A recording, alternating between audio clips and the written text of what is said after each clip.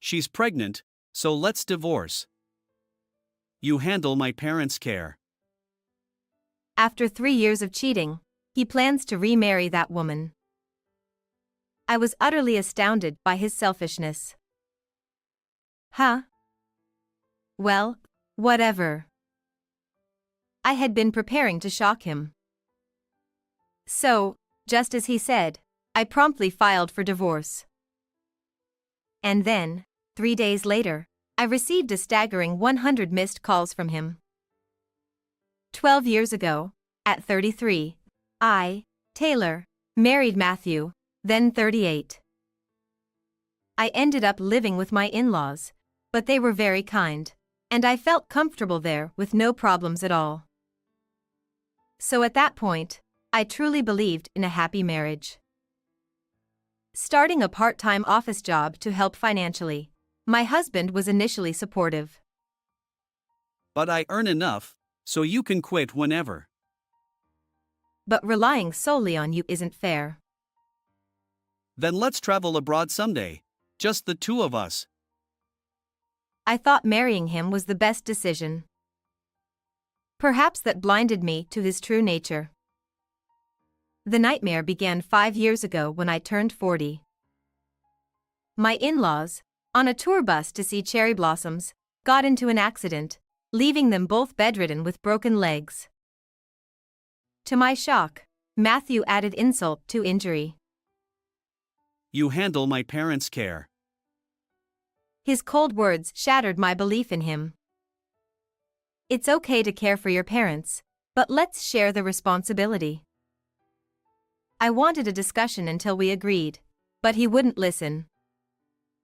Isn't this your duty as my wife? What do you mean?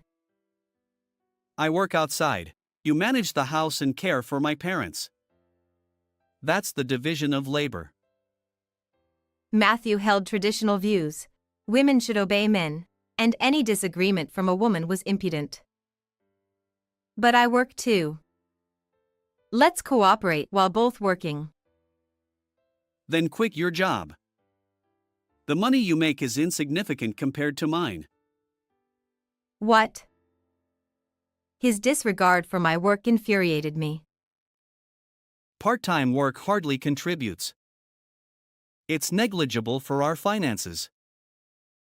His sudden attitude shocked me. But I'm needed at work now. It's not just about money. Working is also about engaging with society. Stop nagging. Hiring a caregiver costs money, but it's cheaper if you handle it. End of discussion. He cut off the conversation, leaving me unsatisfied. However, since he had no intention of caring for his parents, I had to quit my job. Thus began my full-time caregiving at home. Father-in-law, sorry, Taylor, for burdening you. Don't worry about it. While I smiled back at my always apologetic father-in-law, in reality, juggling chores and caregiving drained me. About 6 months into this routine, while out shopping, I realized something alarming. Hey, did you withdraw money from my account? Huh? What are you talking about? Don't play dumb. I'd notice if $4,000 suddenly vanished. After checking with the bank, money had been transferred from my account to my husband's. When I confronted him, he lazily pulled out my credit card from his pocket and tossed it on the floor. I thought I could get away with it since you're always home. That's money I earned from my job. Give it back.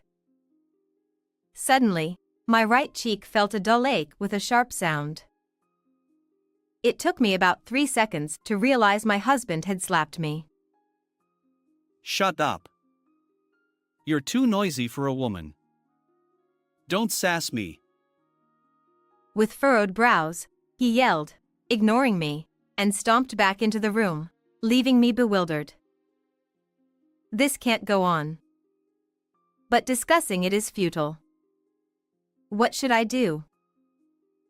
and time passed without any chance to talk. Then, one phone call changed everything. One morning, a month later, out of the blue, We need to talk.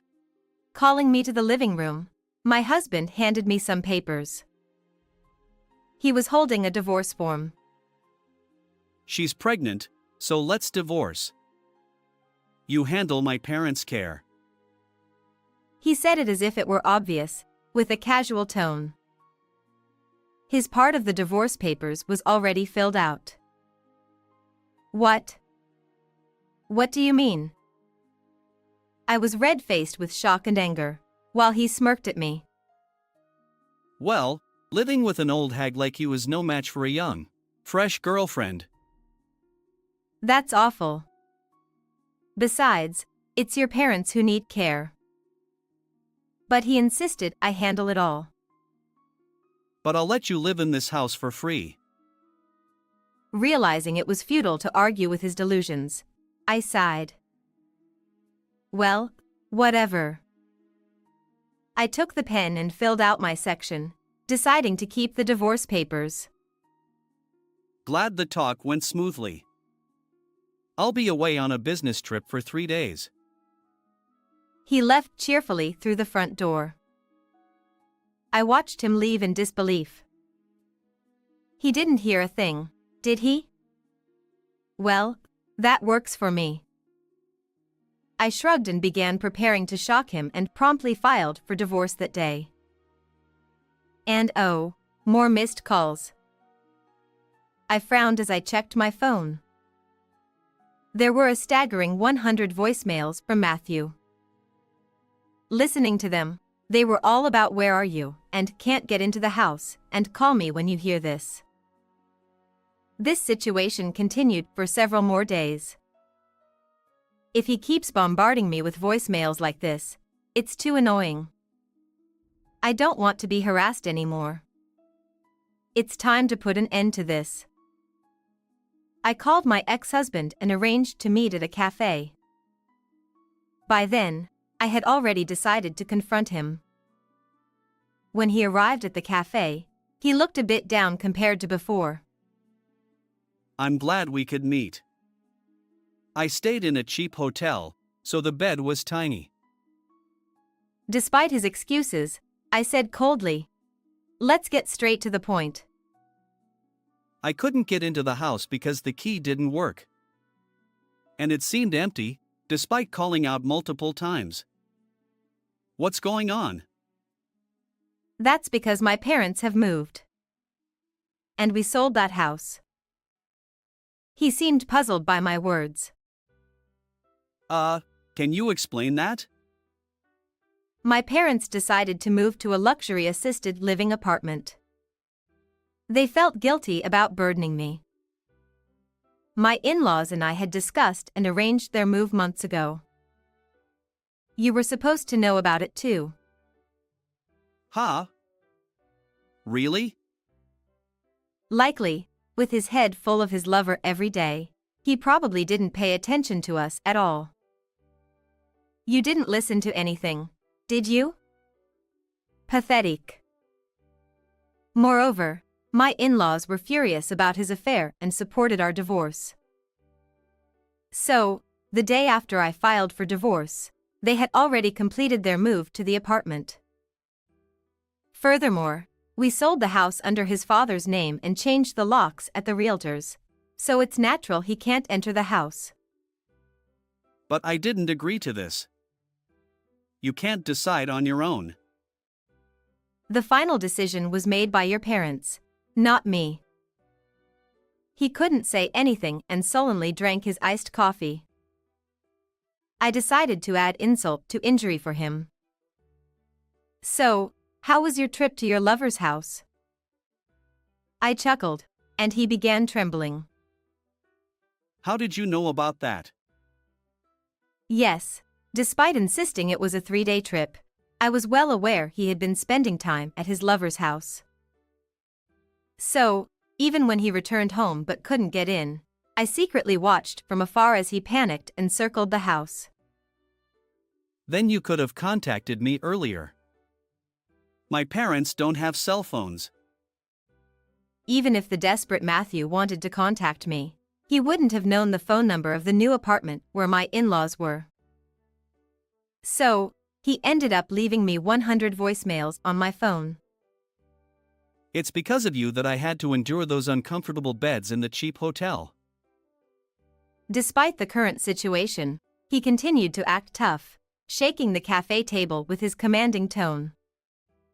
I was utterly dismayed. To be honest, I knew about her even before hearing about her pregnancy from you.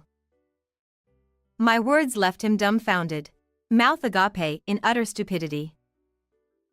Don't talk nonsense. How did you find out about Amanda? Did you snoop through my phone? Don't say rude things. She contacted me. I began explaining what happened a month ago to the surprised Matthew. At that time, burdened with suddenly taking care of my in-laws and exhausted from household chores and caregiving, I received a call from an unknown number. Nice to meet you. I've been taken care of by your husband. At that moment, invited to the cafe by his lover, Amanda, I was told something unexpected. He has been giving me money. I was dumbfounded by her nonchalant attitude.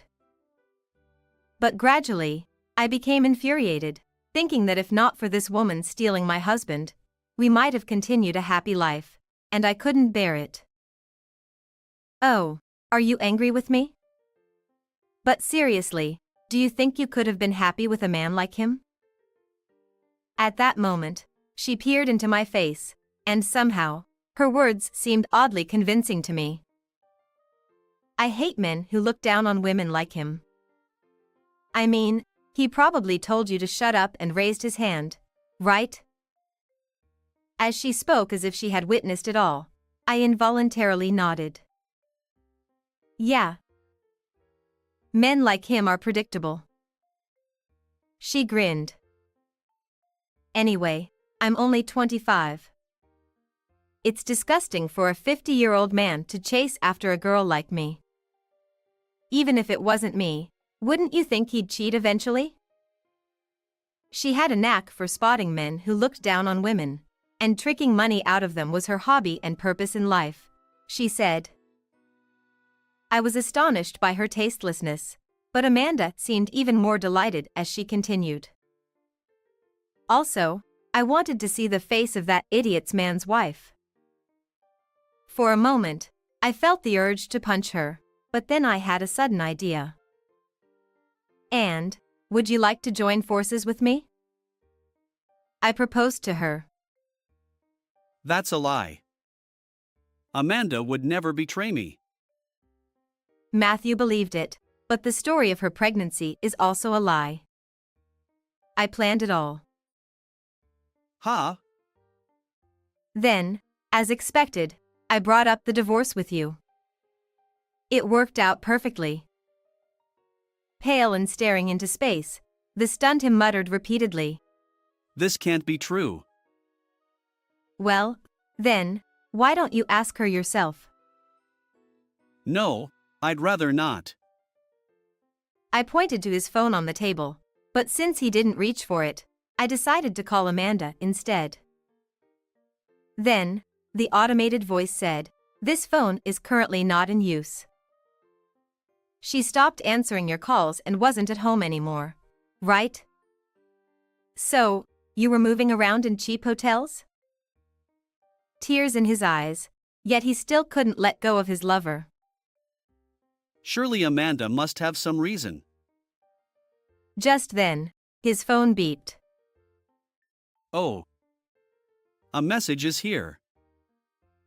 As if clinging to the last bit of hope, my ex-husband operated his smartphone, but soon his face turned to despair. What did it say? Silent, Matthew showed me the screen. There was a message from Amanda. Moved. Also, getting a new phone, so this is the last message. Thanks for all the support. Bye-bye. Damn it, women are. It's your fault. You've been looking down on women all this time, and now you're getting what you deserve. I chuckled sharply. Amanda was aware of my and my in-laws' movements and deliberately kept you at home for 3 days. Thanks to her preparation period, we were able to move smoothly. That's a lie. Enough with the noisy voicemails. Stop pestering us. Besides, we're not a couple anymore.